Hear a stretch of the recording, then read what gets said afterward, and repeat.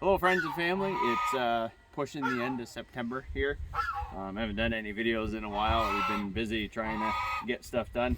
We just finished digging our potatoes out of the ground. It was a fairly good year. We had not as good a yields as we had in the past, but the quality of the potatoes has been really well. We didn't film any of that and such. I think we've done that before. So, but we did grow some potatoes in felt pots this year. We kept them on the back porch. I think you guys saw some of those before. I got Tanya filming today in the back of the camera. Say hi, Tanya. All right, or don't say hi. So anyways, I got 3 different kinds. This one's here. We tried the Fingerlings. And then there should be one set of, I think it was the chieftain potatoes, and then another one with russets. We had extras seed potatoes that we didn't get in the ground, so we throw them in some. These are 5-gallon felt pots. We picked them up on Amazon and such. So anyway, show you guys how we do them. We're a little late digging them. It's no big deal. So you see all the foliage is dead and dry. Usually when your foliage is dying back and such, it's a good time to harvest, but right now it's not bad. And we did have a lot of rains and such, so the soil's wet, but it doesn't really affect the quality of the potatoes either yet. The biggest thing I noticed with some of these, especially the fingerlings in the pot, you can't hill them up like a normal potato. Usually a normal potato, you dig them in the ground, probably like in a 6-inch trench, you put your seed potato on the bottom, and they grow up, and you hill it up as it grows. These here, I think I put 3 or 4 inches, if I recall correctly, of soil, put the seed potatoes down, and then they grew up. But as the plant grows, the potatoes grow off the stem of the plant up.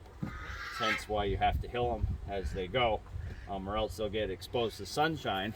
And if you see, come over here, if you see the green on the potatoes, that was right on the surface. So anytime they're exposed to the sun like that, they're going to start growing chlorophyll to protect the skins of the potato. The green on them is not edible.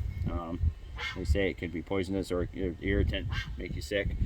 So we usually just ding them and just throw them in the compost and move on. If they're a big enough potato, they got some green on, you can cut the green off, but don't eat anything with the green skin or flesh.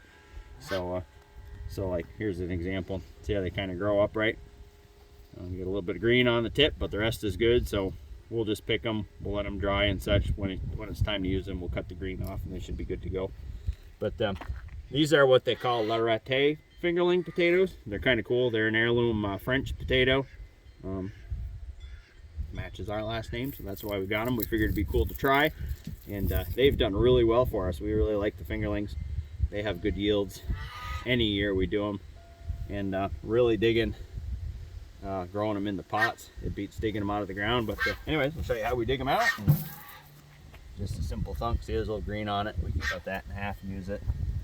A little more green, that's okay. Those are the ones by the surface. We just look through them before we cook them, make sure they're good. There's a nice one. A little bit of green on it. That's okay. Now we should get into some better ones. Just using the handy bucket of the tractor here. This is so much easier than digging out of the ground. Easier on the back at least. And so far we're happy. If you see in the hod down here, that's the yield from one of our buckets that we harvested already. So yeah, we're pretty happy with them. I planted them thick. I think there was like 7 seed potatoes in this group. I figured what the heck, instead of wasting them, we'll plant them and we'll see what they did. And we're pretty happy with them so far. These are nice. If anybody's not familiar with fingerling potatoes, they're a great potato for roasting, chopping up, frying in the pan. We like them. We roast them till the skins are crisp, and then give them a little smush with your fork. You get the crisp from the skin, and they have a smooth, buttery flesh that they're really good to eat. You got some little ones there we could throw in with soups or something like that. They're good to eat as well. They're not a very thick-skinned one, so they're a little tender. Not bad. Yeah, these guys are nice. I'm happy with how they're doing. I'll hurry up and pick through these, and then we can.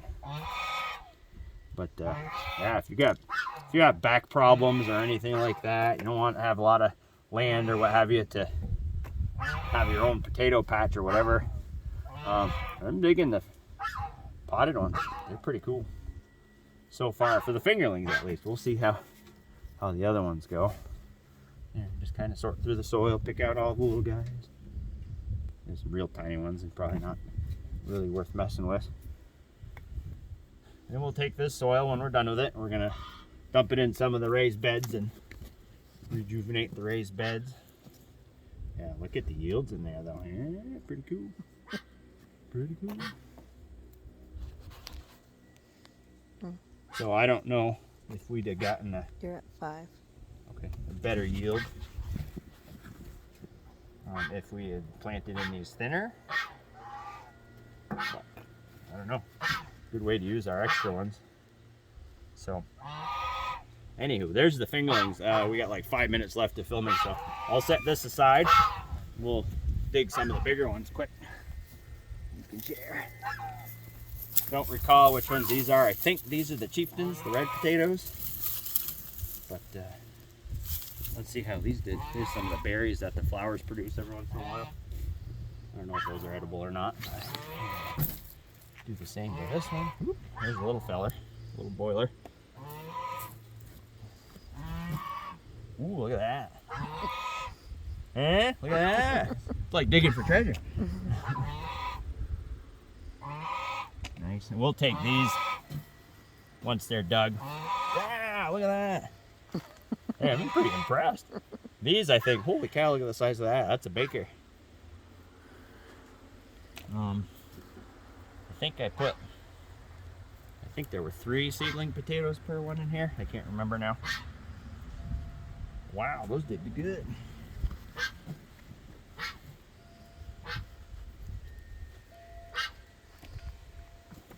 And the quality of it is excellent. There's no scabs, there's no bug holes or anything like that. Yeah, we got enough time to dump that out. These are supposed to be able to wash them, I guess, and reuse them every year instead of using the plastic pots. So those are kind of handy.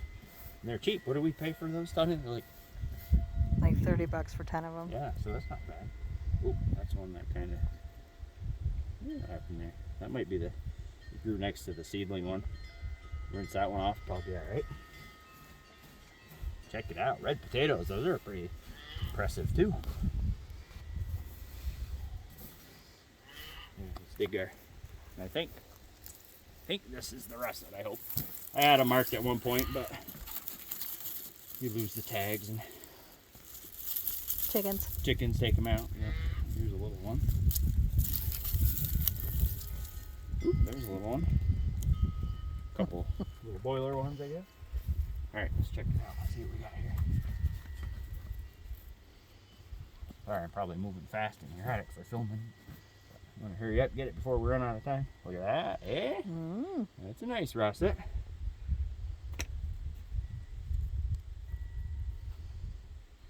I like that.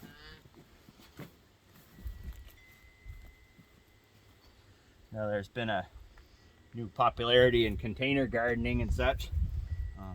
Encouraging people in urban areas, especially, you know, if you got a back porch, if you got a front lawn, a balcony or something like that, you can have your own garden right there and grow your own taters. There's been rumors online about potato shortages and such.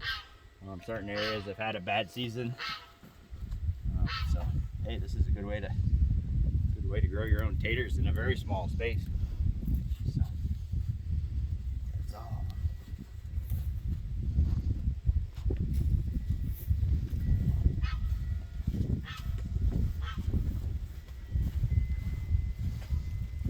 Well, that's it.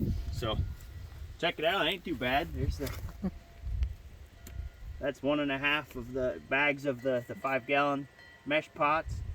There's just one of the chieftain red potatoes in one of the red 5-gallon ones. And here's our russets. Those are pretty, for russets, that's a pretty good yield too. I think I only put 2 or 3 seed potatoes in there. So yeah, we're pretty impressed. Again, I think we might do that more next year. We'll definitely do the fingerlings in the 5-gallon pots next year. Save some room, have a little more room in the garden for the bigger potatoes. But there it is. We'll finish up and hopefully everybody has a good day. For next year, I know Vermont season's pretty well done, but anybody, if they want a container garden, that's a pretty good way to do it. We're impressed. So if anybody has any questions or comments, feel free to comment. Give a little like and share if you feel like it. And until the next time, everybody stay safe, stay warm. Winter's coming. Take care, y'all.